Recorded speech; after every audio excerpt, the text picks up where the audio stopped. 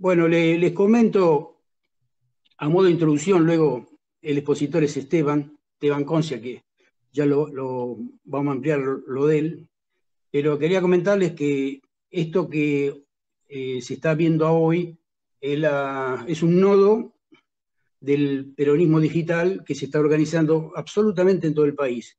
Digamos, todas las provincias ya tienen nodos de este tipo, son verticales, perdón, al contrario, horizontales, tiene una dinámica propia, y hay fundamentalmente son nodos de capacitación y de comunicación. Son las dos herramientas principales son capacitación y formación y comunicación.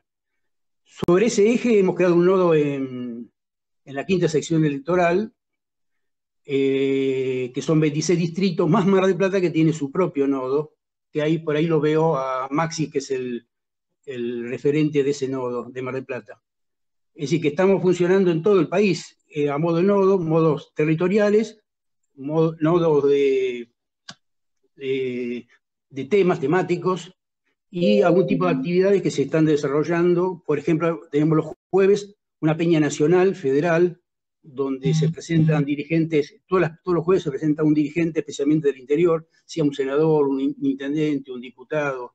Funciona una hora, un horario tarde, pero bueno, está funcionando bien, ya creo que van por la tercera edición. Y este jueves, les cuento esto porque este jueves va a estar Amado Vudú ahí a las 11, ya vamos a hacer la difusión, va a estar Amado como invitado principal.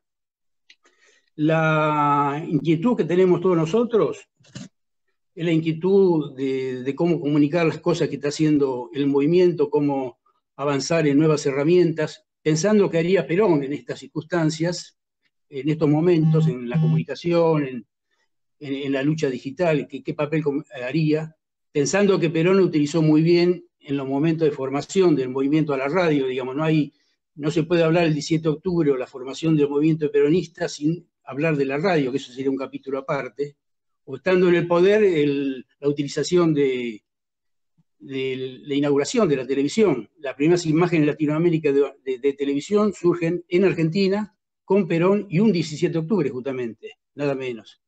O en la resistencia después del 55, cuando Perón tuvo que irse del país, un golpe militar sangriento, 17, 18 años fuera de la Argentina, aislado, y utilizó las herramientas que disponía, que era la vieja cinta casetera que mandaba a todos sus compañeros, que se escuchaba en la clandestinidad con su mensaje, y la otra herramienta que tenía era la carta, la correspondencia personalizada. Hay libros hablando de las cartas de Perón, por ejemplo, el más famoso, el de Perón Cup, correspondencia en Perón Cup. Sí, eran herramientas que Perón utilizó para romper el aislamiento con su gente, con su militancia, con su pueblo. Hoy lo mismo, digamos, hoy el adversario tiene los medios de comunicación masivos en sus manos, hegemónico, y tiene un poder en las redes muy fuerte. Y creo que el justicialismo, el movimiento nacional tiene que empezar a profundizar estas herramientas y utilizarlas a su favor.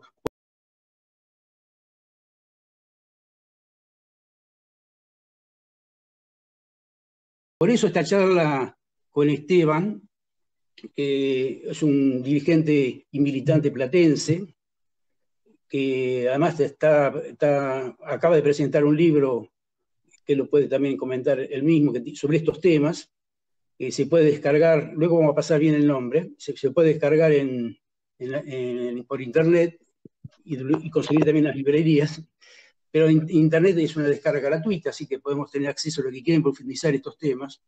Así que Esteban Concia es un comunicador social, un militante, decía, y el otro día en la charla que contaba Rosana, que dio en La Rioja, hubo un tema que antes de pasar a las redes, que me apasionó, que dijo la pérdida del sentido común del pueblo con respecto al peronismo. Digamos, el tema, cómo se ha perdido a partir del 2015 un cierto sentido común de relación del pueblo con el instinto de lo que es en la cosa diaria el peronismo. Así que bueno, lo dejo frente a todos ustedes, a Esteban, y que tiene ya el uso de la palabra. Muchas gracias.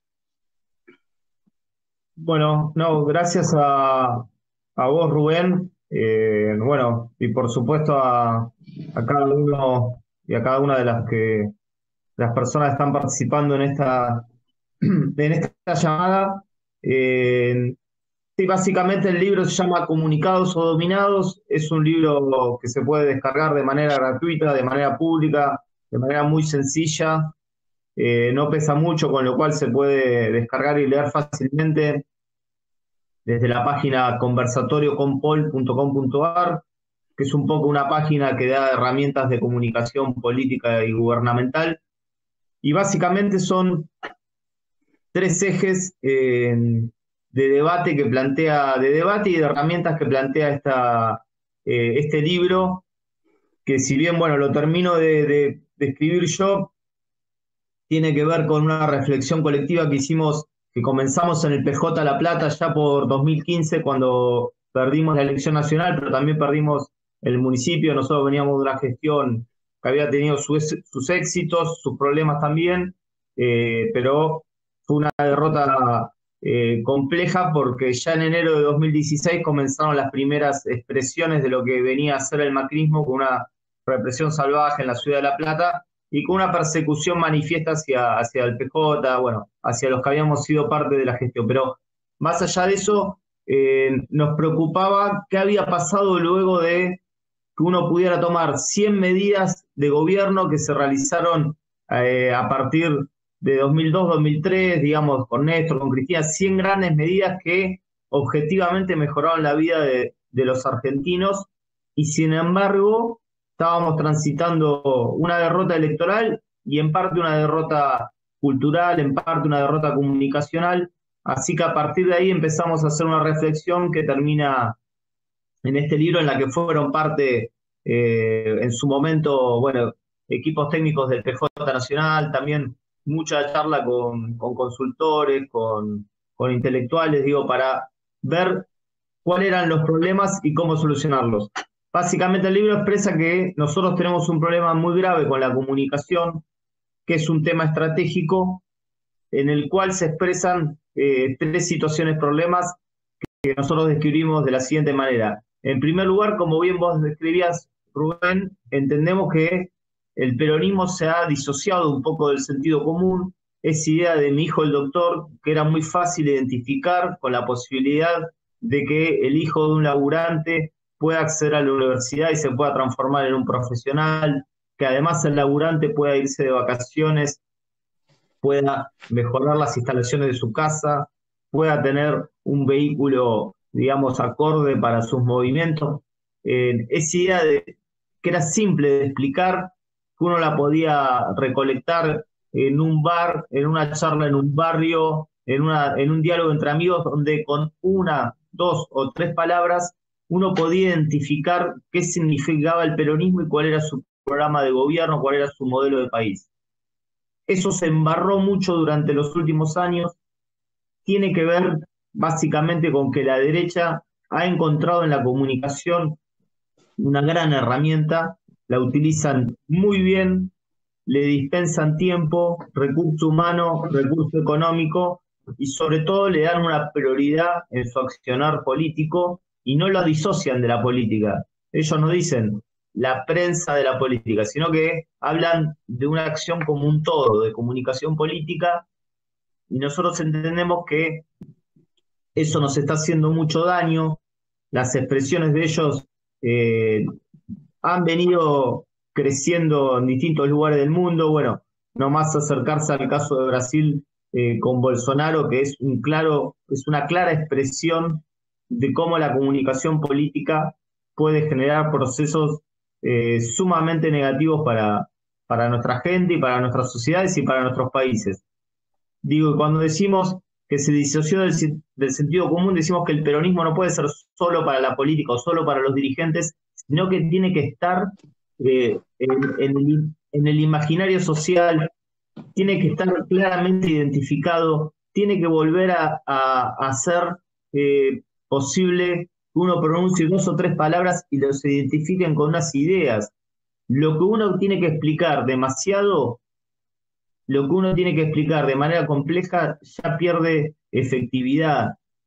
Y la verdad que ellos han trabajado sobre el imaginario que tiene el peronismo para vincularlo a planes sociales, para vincularlo a dudosa gestión de los fondos públicos, para vincularlo a derroche, cuando en realidad las palabras que nosotros históricamente el peronismo, digamos, iba hacia movilidad social, trabajo, producción, digo, hay que volver a trabajar en ese sentido porque el peronismo no puede estar acotado a la política, solamente tiene que estar en la expresión cotidiana de la gente y de manera simple.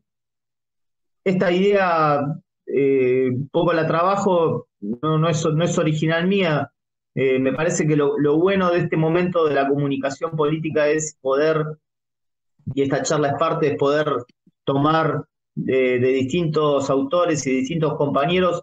Yo un poco tomo de una charla que en su momento tuvimos con Saborido, que bueno, más conocido por ahí también como ser uno de los guionistas de Capusotto, y en alguna charla, en algunos encuentros donde él precisamente muchas veces nos hacía alusión a esto, a cómo el peronismo tiene problemas para identificarlos del sentido común.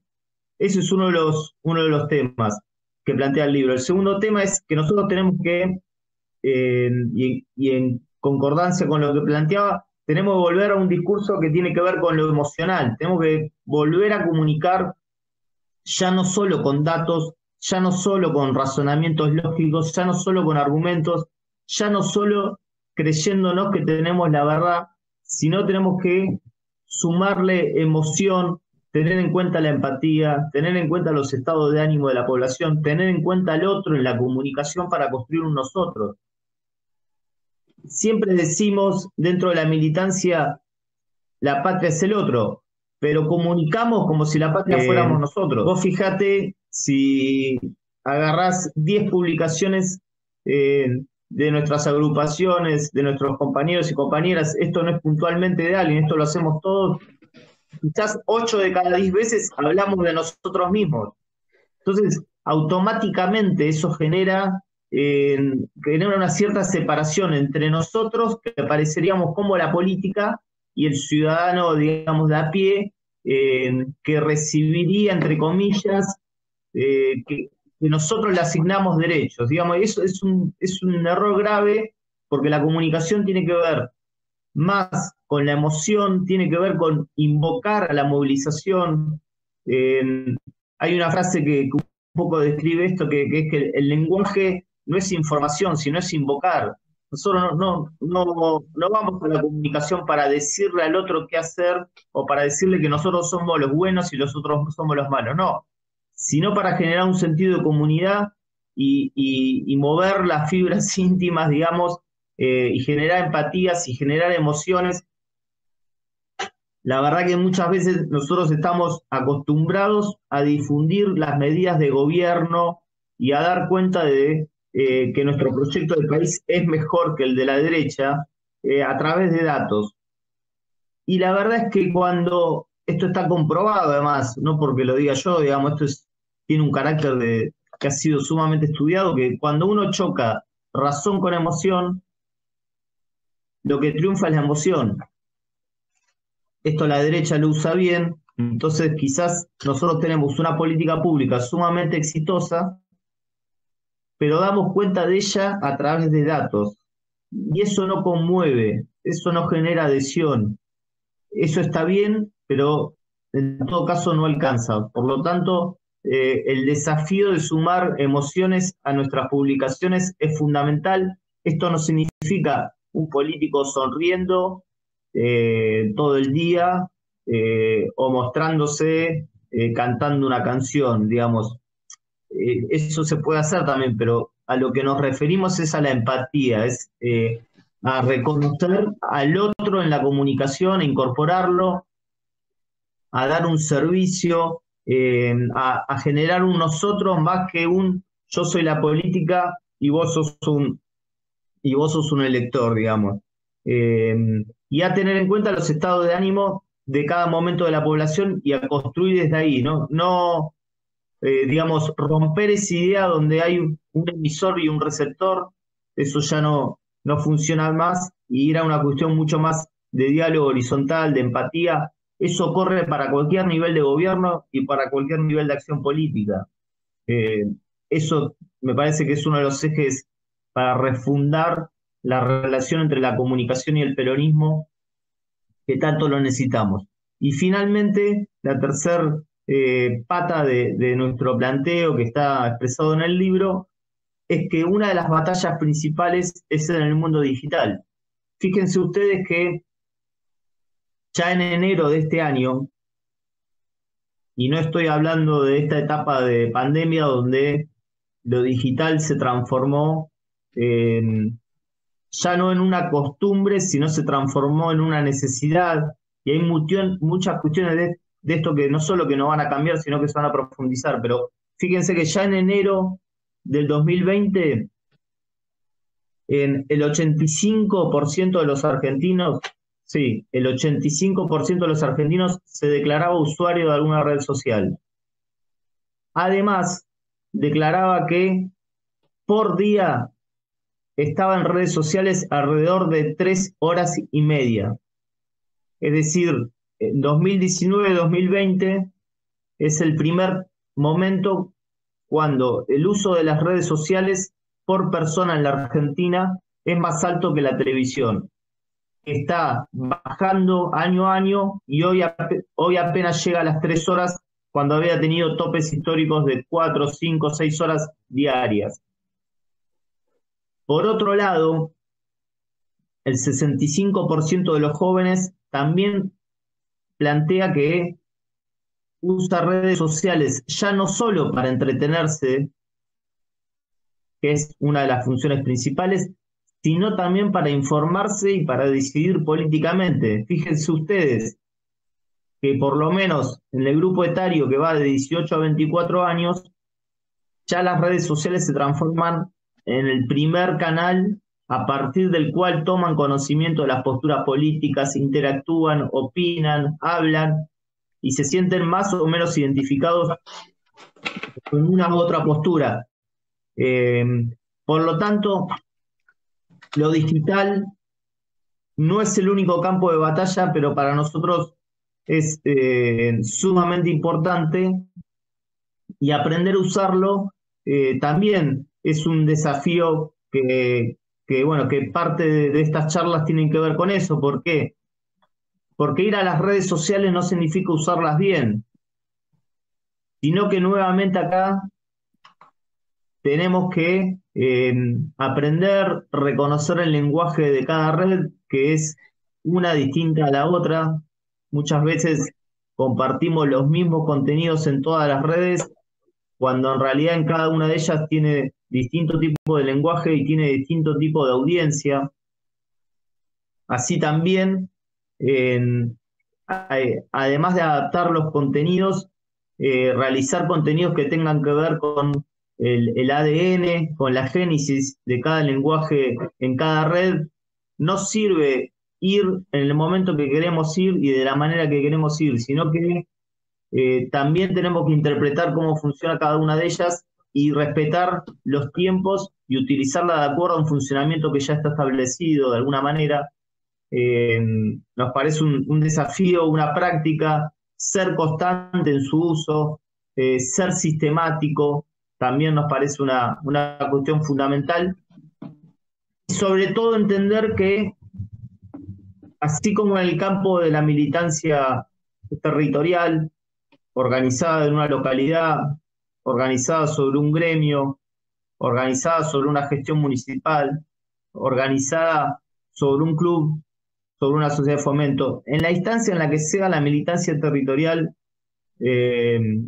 siempre tiene un eje que tiene que ver con la organicidad, con la organización interna, con los objetivos, con los roles.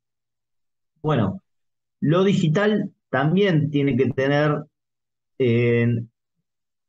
determinadas reglas y también necesita un trabajo metódico, un trabajo constante, un trabajo de calendarización, es decir, de planificación de los contenidos que se van brindando en ella, y sobre todo requiere de una concientización y una coherencia y una coordinación de la campaña, porque muchas veces lo que hemos observado también, y también esto es parte de la autocrítica y cómo avanzar, es que nos cuesta incluso a veces dentro de distritos homogeneizar una línea hacia la acción digital y, por ejemplo, usar todos el mismo día un mismo hashtag, o usar todos un mismo día una misma publicación con el mismo texto y el mismo horario.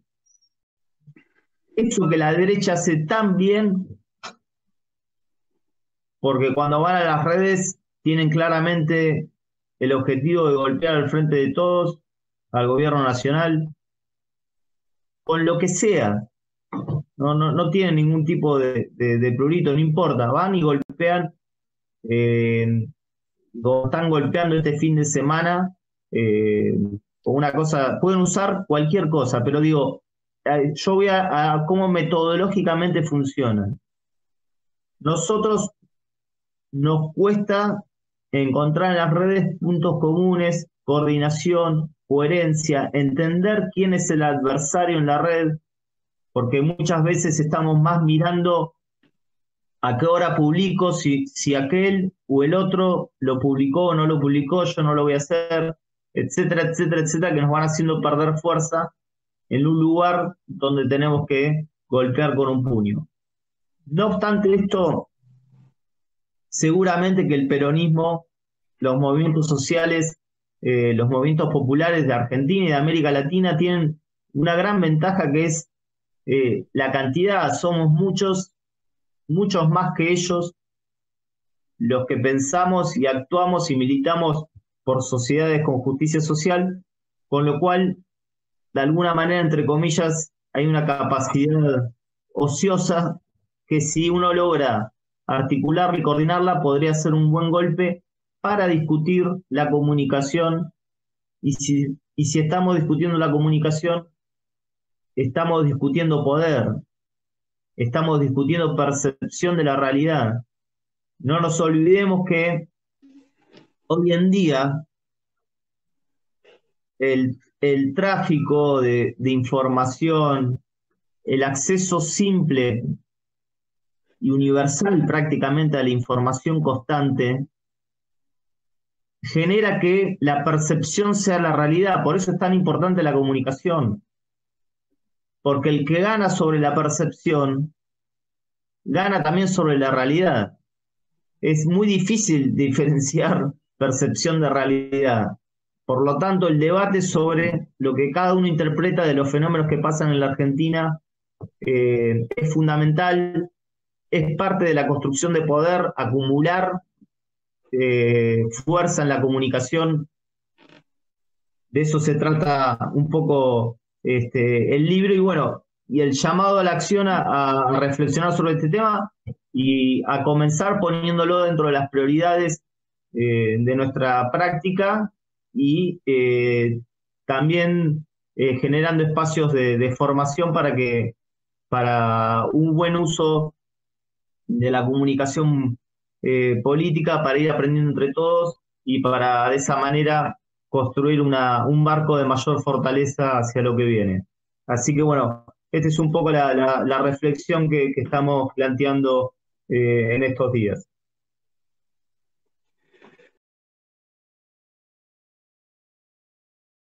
Lo bueno del mundo de las redes sociales es que es un mundo que fácilmente uno puede cuantificar, poner métricas, se puede medir.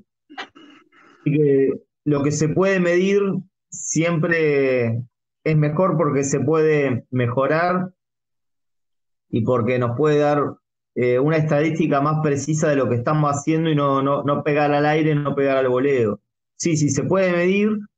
Yo le puedo enviar hoy a la noche, más tarde o en estos días, a Rubén varios informes que hemos hecho nosotros para que él los pueda hacer circular, un poco con la característica de cada red. Yo lo que diría, en el ideal, es que hay que tener un plan que abarque a todas, son varias, hay mucho entrecruzamiento, no es que hay una sola que alcance, sino que incluso hay usuarios que están en más de una, con lo cual una buena estrategia es lograr lo que le dicen efecto 360, viste, así como se están haciendo los actos ahora, donde la idea es algo más participativo. El efecto 360 en comunicación sería llegar, eh, llegar a la gente desde las distintas, que le llegue el mensaje, digamos, por distintas, perdón, por distintas fuentes, por las distintas redes. Eso como criterio general se llama efecto estéreo o efecto surround, que le llegue por distintos lugares, utilizando todas las que hay, incluso las nuevas, que si quieren, antes de cerrar la charla, le comento algunas tendencias que se pueden utilizar. Eso como criterio general, y yendo ya a los números, yo te diría que cualquier campaña política básica de instalación o de discusión en la ciudad, en una ciudad, en un distrito, debería estar basada esencialmente en Facebook. Eh, que aunque ha sido dada de muerte muchas veces, hoy reúne la mayor cantidad de usuarios. Por lo tanto, yo te diría que es la red madre hoy para hacerlo, es la principal parte de la campaña. Eso es un trabajo sistemático sobre esa red. Y te diría además que lo que es organización de vía teléfono, de mensajería instantánea, sea WhatsApp o Telegram, es muy interesante. Y lo que también me parece que es sumamente productivo hoy es, y es una tarea militante, es recolectar datos. ¿Qué significa esto? Si nosotros pudiéramos, por ejemplo, en un distrito, tener todos los teléfonos celulares o todos los correos electrónicos de, por ejemplo, la población de adultos mayores de una zona, ¿no? Esos datos, vos, si los volcás a Facebook, te permite crear un público. Entonces vos vas a potenciar una publicación que haces llegándole a ese público. Por lo tanto, te diría que Facebook es la madre un poco de las redes, que no alcanza con ella sola, sino que hay que abarcar varios canales y que hay que buscar recolectar los datos para tener precisión luego de trasladarlos a Facebook. No obstante, si ustedes quieren, podemos hacer una próxima videollamada o un próximo encuentro donde también desarrollemos estas herramientas un poco más en profundidad. Yo estoy recomendando mucho la herramienta de Telegram, que digamos, funciona mejor del WhatsApp porque te ocupa menos lugar, porque permite grupos de hasta 200.000 personas, porque permite meter adentro más videos, más herramientas, y seguramente que una coordinación podría disparar en esos grupos líneas de acción para las redes. Eso se puede hacer tranquilamente y como bien vos decís, es el método que funciona, digamos. No, vos lo sintetizaste muy bien, así que hay que, de alguna manera hay que ir hacia metodologías que puedan lograr eso. Ya te digo, no solo, pero concientizar que hay que jugar en las redes, porque si bien es cierto que hay una coordinación, lo que también nosotros hemos comprobado es que al menos en el caso de Twitter, lo que está pasando es que los simpatizantes de las derechas suelen ser más activos y más sistemáticos en las redes que los nuestros. Entonces, no es solo el tema de que ellos tengan un call center o el tema de que ellos tengan un disparador, sino que las personas que coinciden con su mirada del país son más activos en las redes sociales y más constantes que los nuestros. Entonces, bueno, por eso mismo también es importante concientizar en que los nuestros sean sistemáticos en el uso y por supuesto, como bien vos decís, algún nivel de coordinación ayuda un montón. Esteban. Yo diría que un poco lo que, por lo menos la práctica que hemos hecho nosotros y la que estamos intentando difundir o trabajar en vistas de la próxima elección, ¿no? Es tratar de, si bien hay una línea siempre general, una consigna general de acción, como bien vos después decís, hoy hay muchos públicos y muchas audiencias distintas. Claro.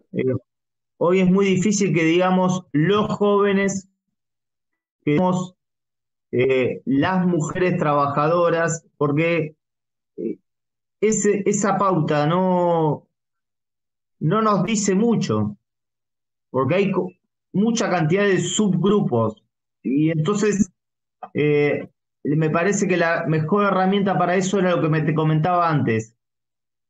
Si ustedes en un distrito pueden tener los datos de, por ejemplo, los socios de un club, digamos, o de las personas que están interesadas en acciones solidarias, digo, si van identificando cada grupo, ya no solo por dónde viven o por las edades, sino también por intereses, por gustos. Fíjense que existe algo que se llama huella digital, que es lo que está pasando hoy en día, que todos nosotros dejamos nuestro rastro de gustos, de intereses en las redes, permanentemente. Ir a buscar esa información me parece que es fundamental para poder llegarle con un mensaje no contradictorio, porque nosotros no tenemos nada para esconder, pero con mensajes específicos a cada grupo, me parece que está bueno y me parece que se puede lograr. A mí me parece que sigue habiendo una triada de acción política básica, que las tres tienen su nivel de influencia, y que es el territorio, con todo lo que ya sabemos que supone, digamos, el vínculo cara a cara, cuerpo a cuerpo, en una acción solidaria, organizada, en la acción de respuesta al vecino, etcétera, etcétera. Los medios de comunicación analógicos, en particular te diría que la televisión en los grandes centros urbanos, me parece que sigue siendo fundamental, por lo menos en lo que es AMBA. Le agregaría algún medio regional o radio o grupo mediático en algunos distritos, y en tercer lugar las redes sociales. En los tres campos, la pelea está en los tres campos por igual, diría. No puedo, o no sé cómo uno podría decir que influye más. Lo que está claro es que son los tres campos de acción. Sí, que lo digital aumenta cada vez más por una cuestión generacional, digamos, porque por los datos que dábamos en el libro, porque en el 2007 y en el 2011 solo el 7% de los electores, y en el 2011 el 10% declaró haberse informado de las plataformas políticas a través de algún medio digital. Y en 2019 ya subió al 35%. Con lo cual, a mí, esto dicho con suma humildad, y es algo que también lo estamos tratando de comprobar en la práctica, pero a nosotros nos parece que lo digital va a tener cada vez más influencia, pero enmarcado en una estrategia donde estén los otros dos factores, que son los medios tradicionales analógicos y el cara a cara. El tema que no, no, por lo menos los premovimientos electorales que se ven, por ejemplo, en Europa, muestran que el problema es que difícilmente se vuelva un esquema rápido de actos o de caminatas. Claro. Digo, Claro. Entonces, me parece que lo digital va a terminar siendo estratégico. Lo primero es que hoy en día sirve más el comentario que el me gusta. Es decir, las redes se manejan por un algoritmo, por una fórmula matemática que va subiendo alguna publicación o la va bajando. Es decir, que la va mostrando más o la va mostrando menos. ¿Por qué la va mostrando más o la va mostrando menos? Básicamente por la cantidad de interacción que tienen, es decir, por el diálogo que generan. Con lo cual, si nosotros hacemos una publicación y tenemos un montón de me gustas, pero son solo de nuestros militantes, la verdad que eso sirve de poco. Lo que tenemos que lograr es alguna conversación en el muro, y esa conversación va a llevar a que la publicación se empiece a mostrar mucho más. También es importante, obviamente, con el público independiente, con el público que no es militante, el diálogo, con lo cual, la verdad que nosotros siempre recomendamos que toda cuestión de la vida personal, no privada, o sea, no lo privado, pero sí lo personal, mostrarlo está bueno, y que vean también que el militante, el dirigente, el concejal, el intendente, también transita su vida de ciudadano con los gustos y con la forma que puede tener cualquier persona. Eso también es fundamental. Y el otro criterio que me parece fundamental, y acá la compañía concejal lo marcaba muy bien, es que los mensajes que se generen hay que responderlos en tiempo y forma. Esto es como el WhatsApp. Si uno le manda un WhatsApp a alguien y tarda más de 10 minutos en contestarlo, ya se genera una situación, digamos, de cierta incomodidad. Lo mismo, si un vecino nos pide, por más que quizás pide algo de gestión que no se puede resolver, pero la respuesta al menos ahí tiene que estar casi online, casi en el momento, si no, no sirve. Y eso también habla de una buena práctica en redes sociales, que son cosas que suman, ¿no?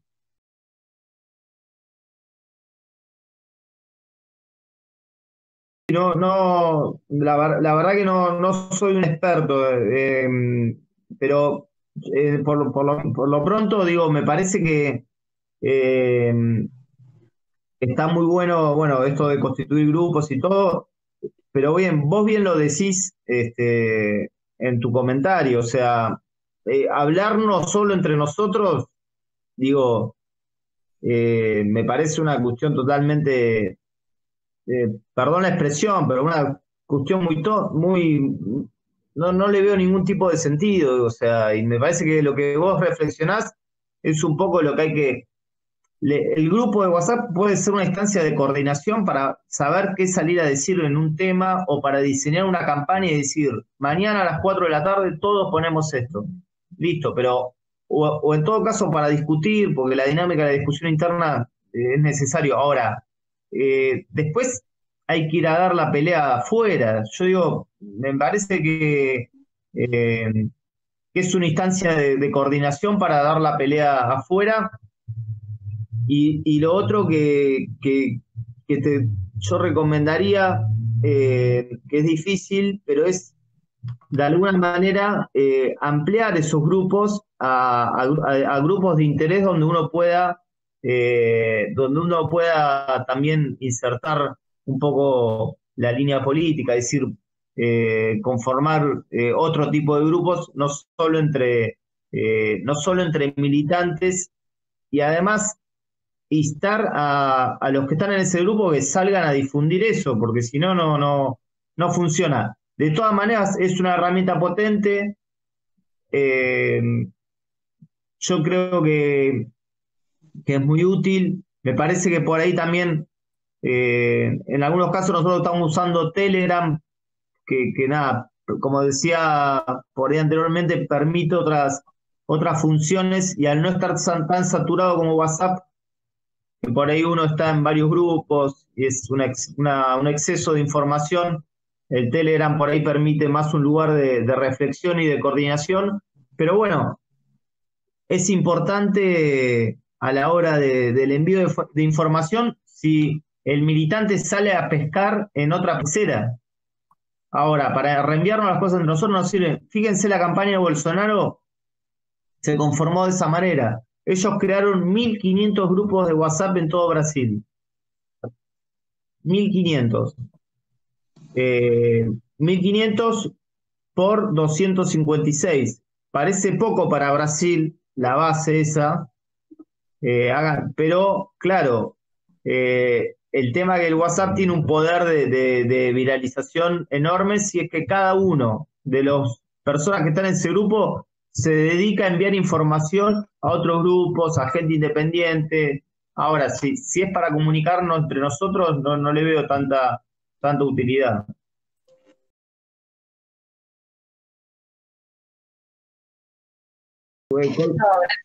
Coincido totalmente y no tengo mucho para agregar porque vos hiciste una buena síntesis. Es así, el desafío es construir eso. Me parece que uno podría tener, esto hay que llevarlo a números. Yo creo que de 10 publicaciones, en una, en dos, como mucho en tres, tenemos que hablar de nosotros mismos. El resto tienen que ser publicaciones, contenidos, hechos a partir de acciones, como bien vos decís, pero contenidos trabajados de manera que invoquen a algo colectivo y hablen de otro.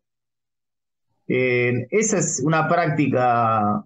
Si uno pudiera decir, bueno, ¿cómo vamos resolviendo esto? Y bueno, si vos durante la semana, el domingo, mirás lo que publicó tu municipio, tu consejo deliberante, tu bloque, tu agrupación, tu militancia, lo que sea, y de 10 publicaciones, 8, 9 hablan de ustedes mismos, bueno, ahí ya empezaron automáticamente a construir una barrera que no tiene ningún tipo de sentido. Hay que incluir en la comunicación y hablar del otro y mostrarlo al otro.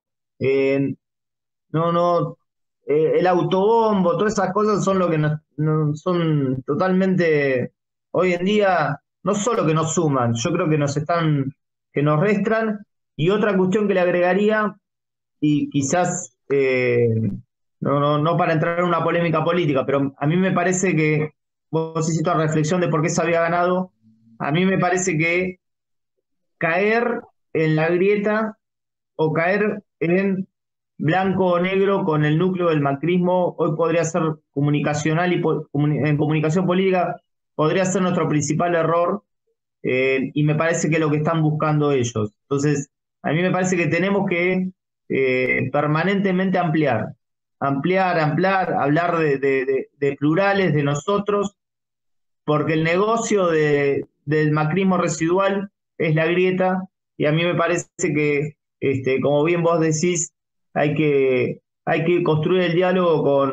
incluso con aquel que no se siente identificado, pero que se siente identificado con los valores. Así que me parece que hay mucho para avanzar desde ese sentido, y si se avanza en ese sentido, me parece que hay una gran cantidad de argentinos y personas independientes y de clases medias que nos pueden llegar a votar.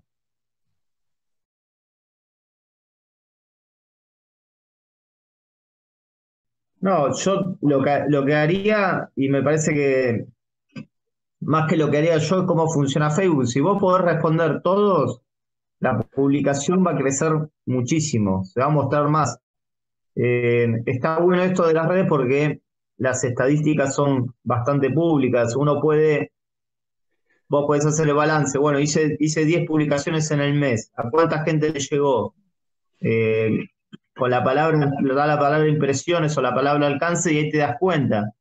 Si una publicación que fue comentada y además si hubo buen nivel de respuestas, le va a llegar a mucha más gente. Eso funciona así que el método es responder a todo el mundo, si responder con el mismo usuario que publica, o por ahí también tener algún otro usuario que sea otro compañero que esté trabajando ese tema y vaya contestando uno por uno los casos. Está buenísimo. Obviamente, si tenés 80 comentarios va a ser difícil, pero por lo menos me parece que responder todo lo que se pueda es lo que va, funciona así.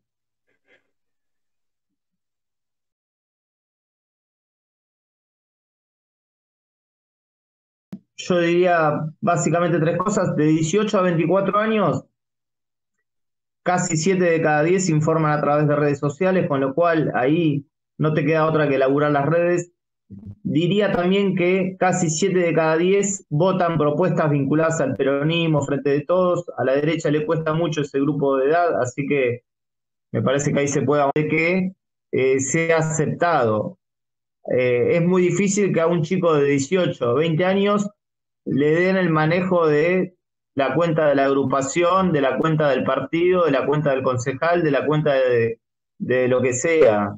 Pero la que va es esa, porque lo que sí está claro, que en términos de técnica de lenguaje, de técnica de discurso, de contenido, estamos muchas veces a años luz de los jóvenes, aunque esos jóvenes piensen como nosotros, ojo, no digo que no, pero la técnica de lenguaje es es distinta, la forma de expresión es otra, con lo cual yo lo que recomiendo es poner pibes en nuestros equipos de política, es la forma, aunque se equivoquen, pero porque es otro discurso, otro lenguaje, eh, nada, y va por otras redes, por ejemplo TikTok, que es el ejemplo de un poco de lo que estoy comentando. Así que yo sugiero esos criterios.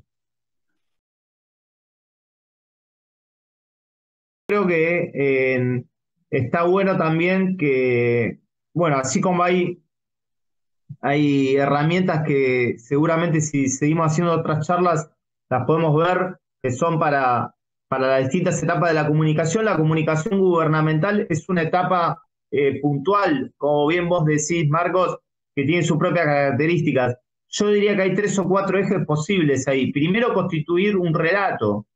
La palabra relato, la palabra mito, la palabra invocar un proyecto colectivo, es una de las palabras sobre las que trabajó la derecha para denostar y suponer que había un relato que no se coincidía con los hechos. Bueno, pero es fundamental en un distrito que haya un mito fundante, o sea, una convocatoria colectiva. Además, el mito es la idea de que yo no solo soy yo el que estoy llevando adelante un gobierno en una ciudad, no solo soy yo el artífice, sino que hay un artífice colectivo de un destino de ciudad. Esto es fundamental. La otra cuestión es que en las publicaciones digitales y en la conversación digital se vea reflejado ese sentir colectivo, se vea reflejado la localidad, se vea reflejado el vecino y no tanto el dirigente político, digamos. Eso me parece que también un poco lo había mencionado antes y es otro paso fundamental. Después la otra cuestión que da mucho resultado es tratar de conversar lo que cada sector quiere conversar, lo que cada sector le interesa. De esto tenemos que empezar a hablar en el peronismo, que es un tema que es fundamental y que muchas veces por pudor o por pensar que es una cuestión que no nos toca de cerca o pensar que es una cuestión solo de empresa, no lo tocamos. Y yo hablo de que es fundamental el uso de los datos. Es decir, cada vecino va dejando una huella digital, una marca, de acuerdo a que tiene un interés, de acuerdo a que se expresa de determinada manera, y uno puede llegarle a cada vecino con lo que, de alguna manera, la temática que más le interesa. Digo, esto que tiene que ver con segmentar el discurso, con hacer campañas digitales que pueden ser no una sola, sino puede haber 8, 9, 10 al mismo tiempo, diferentes entre sí, y que vayan al público exacto que tienen que ir a partir de el reconocimiento de este padrón digital. Ustedes saben, porque todos acá han tenido su trayectoria militante, que esa práctica histórica que todos hacemos en las elecciones, que de alguna manera que es agarrar el padrón electoral y dividirlo en zonas, en distritos, en circuitos,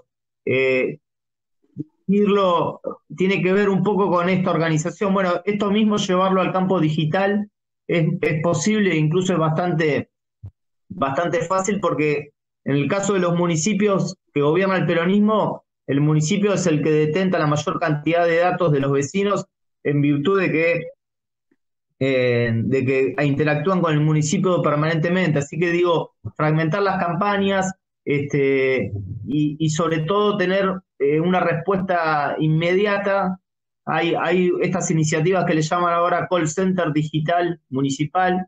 Es que el call center tradicional que uno llamaba sigue siendo fundamental, pero la gente interactúa con un municipio a las 24 horas del día, en el momento en que ellos quieren y de la forma que ellos quieren. Entonces, conformar un verdadero call center digital para ver qué están diciendo el municipio, dónde estamos fallando, también son herramientas digitales poderosas.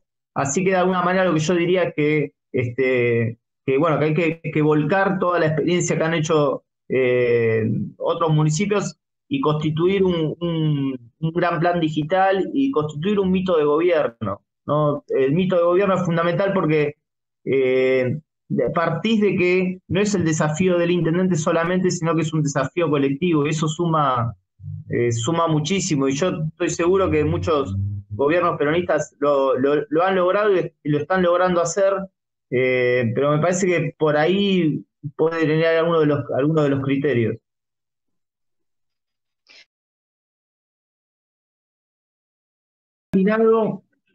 Lo que decís coincido totalmente y es lo que tenemos que hacer. Por eso nosotros decimos que el lenguaje tiene que invocar, no es solo decir la derecha nos sirve, nosotros somos el futuro. O sea, hay que invocar y hay que construir un marco conceptual vinculado al peronismo, como han hecho ellos, donde hoy uno se encuentra con, digo, ¿por qué un jubilado o por qué un joven que tiene el progresar y que va a la universidad pública pudo haber llegado a votar a Macri?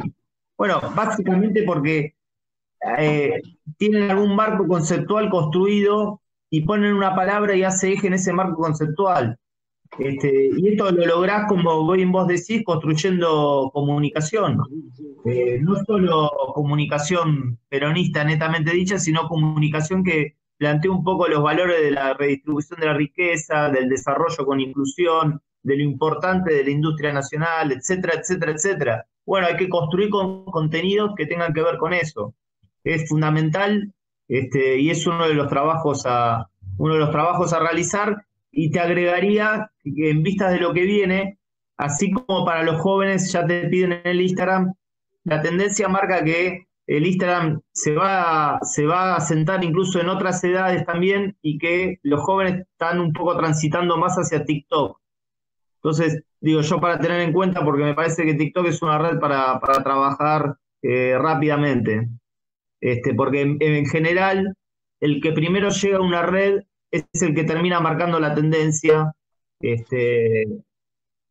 porque después las redes ya se conforman y no hay lugar, como que no hay lugar para entrar, o es muy difícil porque hay mucho ruido.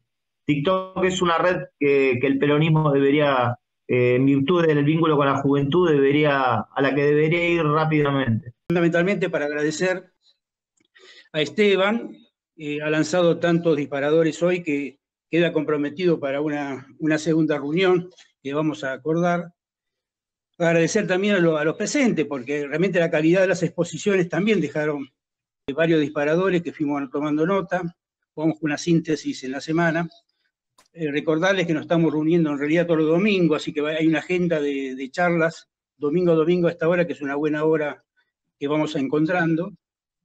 Y decirles que en realidad el peronismo siempre tuvo este tipo de desafíos. Hoy tenemos un gran desafío que estamos caminando sin saber muy bien a dónde.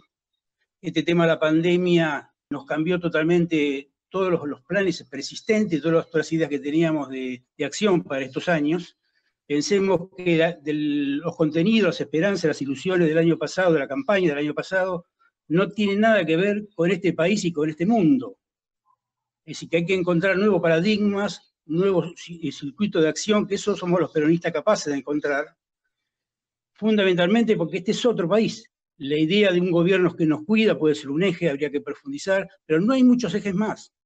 No hay muchos ejes más. El peronismo construyó sentido común, como decía recién Esteban, a partir de la acción de gobierno y las políticas públicas, del 45 al 55, la década pasada. No vamos a detenerlo en eso. Pero pensemos esto siempre, digamos, un buen gobierno con una mala comunicación sobrevive.